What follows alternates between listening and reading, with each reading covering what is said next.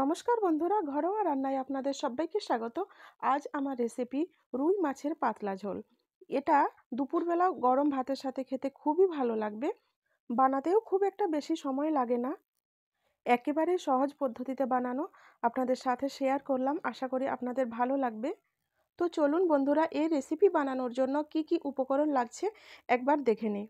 রয়েছে কালো সর্ষে, কালো জিরে, আর রয়েছে একটা শুকনো লঙ্কা, রয়েছে কুচনো পেঁয়াজ, ধনেপাতা কুচি, দুটো কাঁচা লঙ্কা, রয়েছে আদা রসুন বাটা, আর রয়েছে গ্রেট করে রাখা টমেটো। আর এদিকে রয়েছে কিছু শুকনো মশলা, সেগুলো হলো হলুদ, জিরে, ধনে আর শুকনো লঙ্কার গুঁড়ো। ধুয়ে রাখা রুই মাছটাকে আমি নুন আর হলুদ মাখিয়ে 15 মিনিট পর্যন্ত আমি রেখে দিয়েছিলাম। এবার আমি তেলে ভেজে নেব। একে একে করে দিয়ে দিচ্ছি তেলের মধ্যে, সবগুলো একসাথে না, 3-4টে পিস করে আমি সব মাছগুলোকে ভেজে নেব।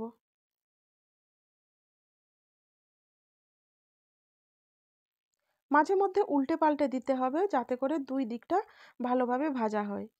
বন্ধুরা, সব মাছের পিসগুলোকে আমি ভেজে নিয়েছি।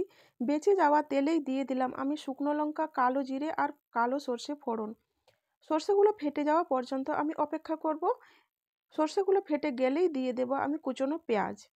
আর পেঁয়াজটাকে আমি মাঝে মধ্যে নাড়তে থাকবো ততক্ষণ পর্যন্ত, পেঁয়াজটা যতক্ষণ না নরম হয় আর রঙটা পেঁয়াজের একটু বাদামি রং হয়ে যাবে, ততক্ষণ আমি নাড়তে থাকবো।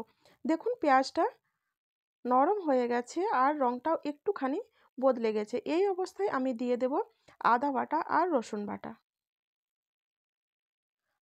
দিয়ে দিলাম আদা রসুন বাটা। এবার আমি এটাকেও নাড়তে থাকবো যতক্ষণ এর কাঁচা গন্ধটা চলে না যাচ্ছে। ওই 10 থেকে 15 সেকেন্ড পর্যন্ত নেড়ে নিলেই এর কাঁচা গন্ধটা চলে যায়, বেশিক্ষণ সময় লাগে না। এবার দিয়ে দেব শুকনো মশলাগুলো, হলুদ, জিরে, ধনে আর শুকনো লঙ্কার গুঁড়ো। সামান্য একটু জল দিয়ে দিলাম, না হলে মশলাটা পুড়ে যাওয়ার ভয় থাকে। একটু নেড়ে নিলাম। এবার দিয়ে দেব গ্রেট করে রাখা টমেটো।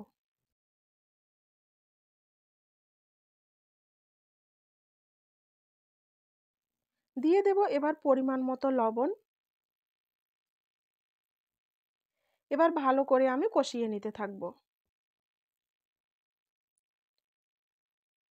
মাঝে মধ্যে নেড়ে নেবেন, দিয়ে ধীরে ধীরে দেখবেন মশলা আর তেল আলাদা হতে শুরু করেছে, তাহলেই বুঝবেন মশলাটা কষানো হয়ে গেছে।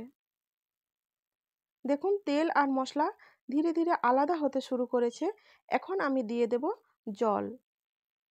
আর জলটা একটু আমি বেশি করে দিলাম, এটা পাতলা ঝোল হবে তো সেই জন্য। নেড়ে নিচ্ছি। এবার ঝোলটা ফুটতে দিতে হবে। কিছুক্ষণ পর দেখবেন ঝোলটা ফুটে উঠেছে। ঝোলটা ফুটে উঠলেই দিয়ে দেব আমি ভেজে রাখা রুই মাছগুলো।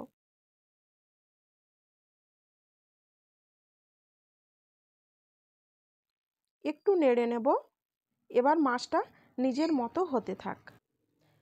এবার ঝোলটা আপনারা যেরকম নিতে চাইবেন, আপনাদের পরিবারে যেরকম সদস্য রয়েছে সেরকম ঝোল বানাবেন। দেখুন, ঝোলটা একটুখানি কম হয়ে গেছে। এবার আমি দিয়ে দিলাম কুচনো ধনেপাতা আর দেব দুটো কাঁচা লঙ্কা। কাঁচা লঙ্কার খুব একটা সুন্দর স্বাদ ও সুগন্ধ রয়েছে, রান্নার স্বাদটাকে আরও বেশি বাড়িয়ে দেবে। হালকা করে একটু নেড়ে নিলাম। আর এখন আমি দেখুন গ্যাস ওভেন বন্ধ করে দিয়েছি। এই রেসিপি দুপুরবেলা গরম ভাতের সাথে খেতে খুবই ভালো লাগবে। আপনারা অবশ্যই বাড়িতে ট্রাই করবেন।